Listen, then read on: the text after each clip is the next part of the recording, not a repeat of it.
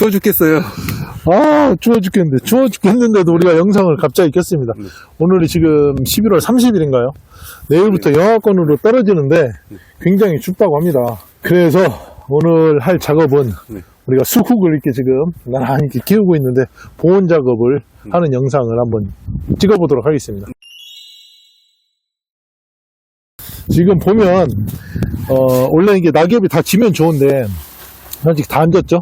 네, 조금 남았네요. 네, 그렇죠. 이 옆에도 봐도 네, 이렇게 줄기가 여기서부터 이렇게 뭐 20-30cm 정도 쭉 나와서 아직 낙엽이 남았는데 위쪽님만 좀 남아있네요. 그렇죠. 이거를 우리가 이제 보온 작업하기 전에 이 아이들을 다 따주는 게 좋습니다. 왜 따줄까요? 그냥 놔둬도 떨어지지 않나요? 보온 작업이라는 건 저희들이 이렇게 전체적으로 밀폐를 할 거거든요. 그러면은 밀폐를 하다 보면 뭐가 생기냐면 그 안에 습이 많이 발생을 하죠. 네. 근데 만약에 이런 잎이 있다면 곰팡이 균이라든가 어떤 세균이 발생할 수가 있겠죠. 그래서 잎을 최대한 한두 개 정도만 남겨놓고 이런 식으로 이렇게 딸 거예요. 그래서 이 아이들은 방금 딴 아이들은 이 밑에다 놓지 말고 제거를 해주세요. 기존에 자연적으로 이렇게 떨어진 것들은 이렇게 있잖아요. 낙엽이 다 말라가지고. 마른 것들이요? 그렇죠. 이 아이들은 이렇게 이 안에서 자연스럽게 보온 역할을 해주는데 이렇게 싱싱한 것들은 버려주시는 게 낫겠죠. 자, 이렇게 한번 다 따볼까요? 전체적으로. 이 정도만. 그러면 이렇게 여기 보세요. 이렇게 촛불처럼 이렇게 딱 돼 있죠. 꽃눈이 네. 딱 맺혀있네요. 이게 뭐라고 할까? 촛대처럼 이렇게 참 이쁘게 돼 있죠. 촛대 같기도 하고 정프로님 말씀하시는 촛대? 예? 뭐요? 그러면 자, 촛대.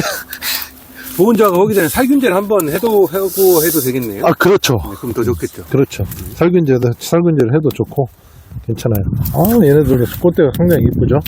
이 아이도 무조건 나옵니다. 어디요? 이게 맨 밑에 보면은, 예. 갑자기 추워져가지고. 그러니까요. 다행히 이 아이들은 월동이 되는 수국인데, 영하 30도까지 견뎌주는 수국이죠. 그래서 이제 뭐, 원예형 수국도 있고, 영하 30도까지 못 견디는 수국도 있고, 여러 가지가 많지 않습니까? 근데 지금 아무래도 이게 영하 30도까지 견디는데도 불구하고 저희들은 이렇게 월동 준비를 합니다. 왜 그럴까요? 영하 30도면 사실 굉장히 춥습니다. 그렇죠. 굉장히 추운데 이걸 갖다가 만약에 영하 30도 냉동고에다가 넣어놨다고 생각을 해보세요. 죽을까요? 안 죽을까요? 영하 30도까지 견디는 수국입니다. 네. 냉동고에다가 영하 30도에다 딱 넣어놓으면 죽을까요? 안 죽을까요? 위에는 다 죽는데 뿌리는 그렇죠. 이제 착각을 하시는 분들이 있어요. 네. 우리 동네는 영하 20도까지 떨어지니까 내버려 둬도 살겠네? 이렇게 생각하시는 분들도 있는데 꽃눈은 죽어요. 제가 봤을 때는 영하 30도까지 견디더라도 한 20도 이상, 15도 이상 내려가면 꽃눈은 무조건 죽습니다. 얼어 죽어요. 동해피해를 입고요. 대신 뿌리가 안 죽는다. 네. 이 아이들은 생명체는 죽지는 않지만 꽃눈이 죽기 때문에 이듬해 꽃을 못 본다. 그렇죠. 오늘 지금 현재 온도가 0도예요. 하지만 체감 온도는 굉장히 추워요, 지금. 지금 영하 5도 정도 되는 것 같아요. 그렇죠. 체감 온도가 그렇다는 얘기. 왜 그러냐면, 이게 바람이 부니까 그런 거거든요. 지금 현재 온도, 예를 들어서 한 영하 10도, 20도까지 떨어지더라도, 네. 살 수는 있어요. 바람만 안 분다면. 영하 20도인데 바람이 분다면은 체감 온도가 영하 40도까지도 내려간다는 소리거든요. 그거를 굉장히 칼바람이라고도 표현을 합니다. 한겨울에 칼바람은 우리 막 볼때기 찢어지고, 맞아요. 귀때기 찢어지고 뭐 그런 현상들이 많이 나오잖아요. 사람도 갑자기 막 영상권에서 갑자기 영하권 내려가면은 엄청 추위를 더 타잖아요. 그렇죠. 식물도 그렇죠. 똑같은 것 같아요. 그래서 저희들은 조금 좀 간단하면서 좀 심플하게 하는 방법을 제가 한번 소개를 시켜드릴 건데, 일단은 재료는 고추대가 하나 필요해요. 그리고 이거 보면은 그냥 뭐 차광막 재질이에요. 그냥 일반적으로 흔히 구할 수 있는 거. 이거 말고도 뭐 제초 매트도 있겠고, 차광막도 있겠고, 부직포도 있겠고, 굉장히 흔하게 구할 수 있는 부분들이 많습니다. 그리고 이쪽에 한번 보시면 제가 이거 별도로 이렇게 좀 준비를 해봤는데, 낙엽. 지푸라기하고 낙엽이 있죠. 낙엽도 흔하게 구할 수 있는 거고, 지푸라기는 논이라든지 이걸 또 판매도 하더라고요. 네, 판매합니다. 저는 뭐 잘 모르겠고 옆에서 하나 조금 주워 왔어요. 아무튼 뿌리가 최대한 상하지 않게 이 사이로 너무 센터로 하지 마시고 약간 이렇게 살짝만 사이드로 이 정도 높이면은 안 돼. 좀 더 잘라야 돼.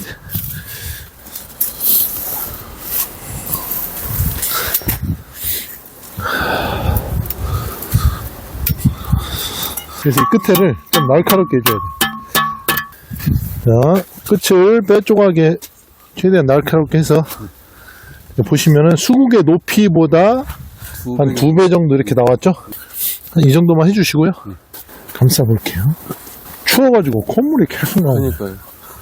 자, 그냥 이렇게 감싸는 게 아닙니다. 안에다가 낙엽을 넣어야 되기 때문에 재수없어.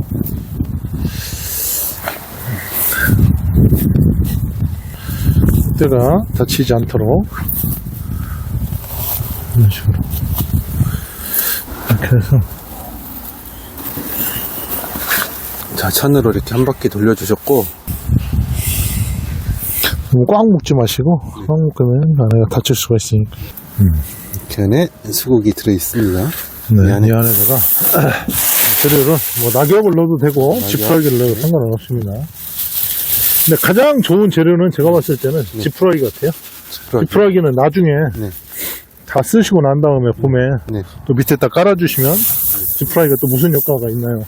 제초 효과도 있죠. 자, 네, 그렇죠. 풀을 안 나게 할 수 있는 제초 효과도 있고, 그 지푸라기는 안에 또 그 미생물 발생을 또 많이 해주게 하는 그런 그렇죠. 숙성을 시키면 또 좋잖아요. 이때까지 너무 꽉꽉 누르시면 꽃대가 다치니까 살짝만. 자, 또 밑에도 묶여 있고, 자, 완전 덮었죠. 아, 그러네. 그래서 이제 감싸주시면 돼요. 오, 아이디어 좋으신데요, 정프로님? 네? 아, 그러니까 뭐 그냥 아무나 하는 거다니까요. 왠지 이게 뭐야? 그거 추파추스 같네, 추파추스. 아우, 이게 추우니까 설명을 하면서 해드려야 되는데 말이 안 나오네. 오, 이거 괜찮다. 추파추스 수국 보험 방법. 이름을 그렇게 정하겠습니다. 뭔 소리예요?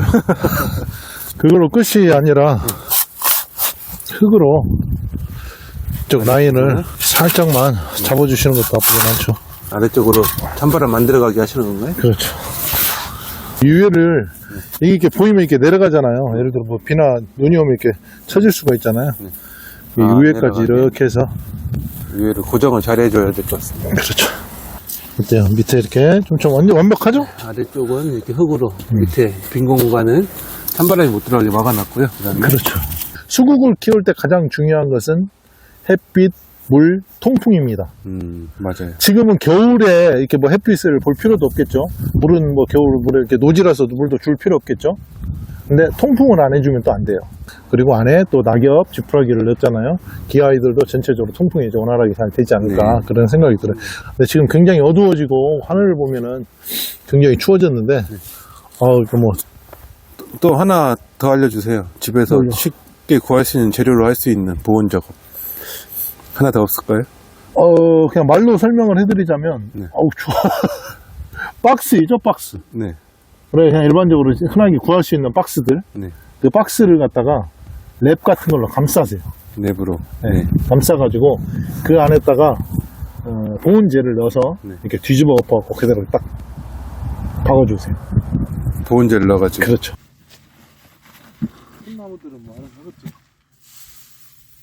간단하게 정리를 한번 해보자고요.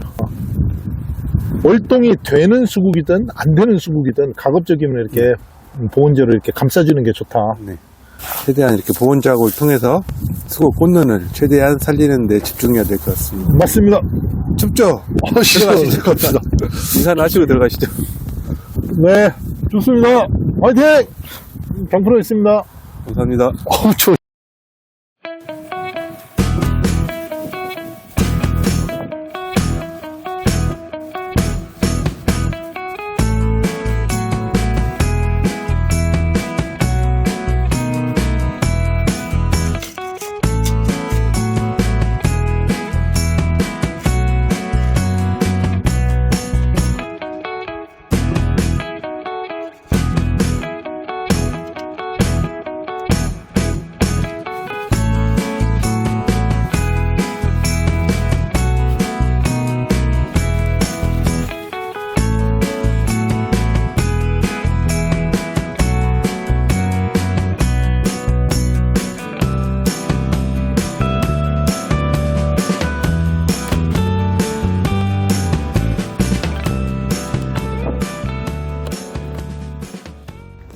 네, 이렇게 해서 저희 이제 수국 보온 작업이 마무리가 됐습니다.